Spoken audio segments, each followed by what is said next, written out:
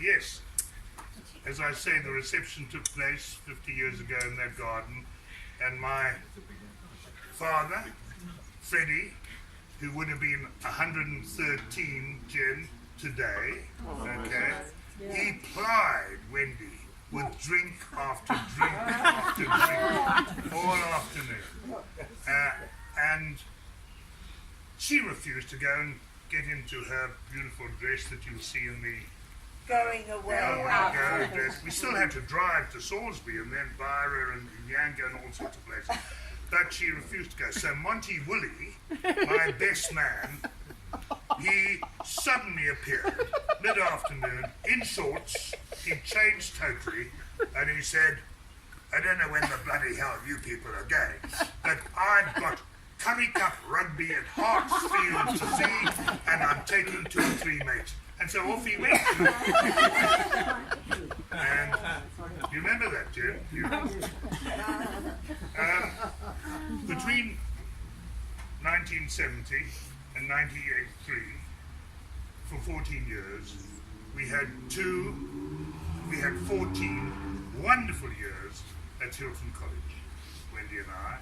And Bryn was born in June, and Matthew, a couple of years later, also born at Hilton. And then from 1984 to 1997, we came down to the Cape, and as you know, we were at St. George's Grammar School. Another 14 superb years. And in those 28 years, Wendy and I think, became a real team. And I want to pay a very loving tribute to Wendy Joy, sitting here, for helping me to achieve any success that has occurred over all those years. I think any achievements that we were able to cope with were very much hers, just as much as mine. I think it's true to say that at Hilton College, and the Shepherds would probably remember that, and certainly the Matthews would if they were here, at Hilton College, when we arrived there in 1970, it was a rough, tough, difficult place with lots and lots of fagging and beating and all sorts of things. Okay. And Sue. Yeah, sorry. It was a rough, tough place. Well, we set out.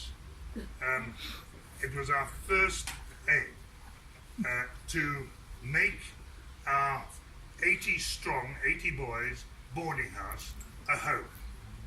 And in a sort of way, we wanted it to be an open house for them. And as a result of that, we had open house. Braais galore. Boys came in for breakfast. Bryn and Matthew were on their high chairs while they came in and had breakfast for the second period. We had coffee. They used to come in, bash on the door, and come and have coffee. Watch Dallas. They watched Dallas, live on the floor, watching television. They were able to use our telephone. They loved Wendy's fridge cake, and we still get requests from all over the world for the recipe for Wendy's fridge cake at Christmas. And you also had bridge clubs and all that. So anyhow, so it was open house. And I think in many ways, together with other housemasters, we were able to change all sorts of things about Hilton College. And then we got to St. George's. And at St. George's, throughout every year, every single parent came for cocktails in our house. And many of you know that lovely house that we had, Bloomendale Lodge. To them and to their sons, and later their daughters, we became approachables, we hope, not untouchables. And we had games evenings galore. So this is Wendy putting her house over and supporting me like mad. We had games evenings. We had extraordinary games.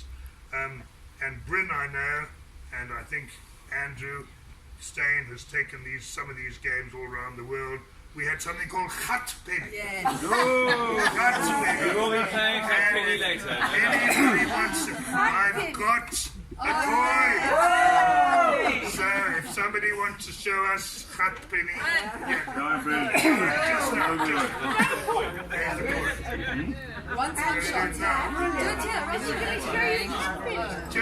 just let me finish.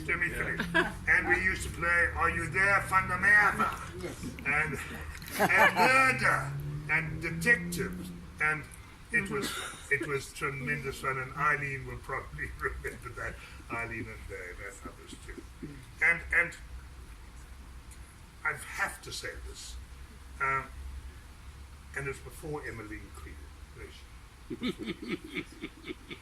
The annual prize giving was always in the evening, and before Emmeline, we used to have the guest speaker and a number of the governors, the board of governors, to dinner. And Wendy used to do the lot. She did the food. When Emma arrived as caterer matron at St. George's, I think she probably gave you some help. I don't know if she did not. But so we entertained. I mean, some of the most amazing guest speakers. And so you can imagine the sort of food that she gave. I just want to give you some of the names. I looked up old magazines. Sir Richard and Lady Late, Van Sale Slubbert, Mr. Kurt van Schoending, Ambassador to the United Nations. Arrived having had Too many tots, yeah. Colin, Dean Colin Jones of the Cathedral. Alderman Gordon Oliver, who christened Kayla, yes. He was then Mayor of Cape Town. Professor Jakes Gower, who we hear on the Cape Talk every morning, and Dr. Cecil Abrahams, Vice Chancellors of UWC. Dr. Montella, she came in as well. Professor Tim Noakes, Mr. Brian O'Connell, in charge of Western Cape education, and probably the cherry on the top, the Archbishop Desmond Tutu. And we got a phone call the day before from his chaplain, his lady chaplain, saying, Mr. Cameron, you know that the Archbishop enjoys this sort of drink. So I went out to the drop-in round the corner, and I got a large bottle of rum, because he drinks rum and coke. Rum and coke. Did he finish it?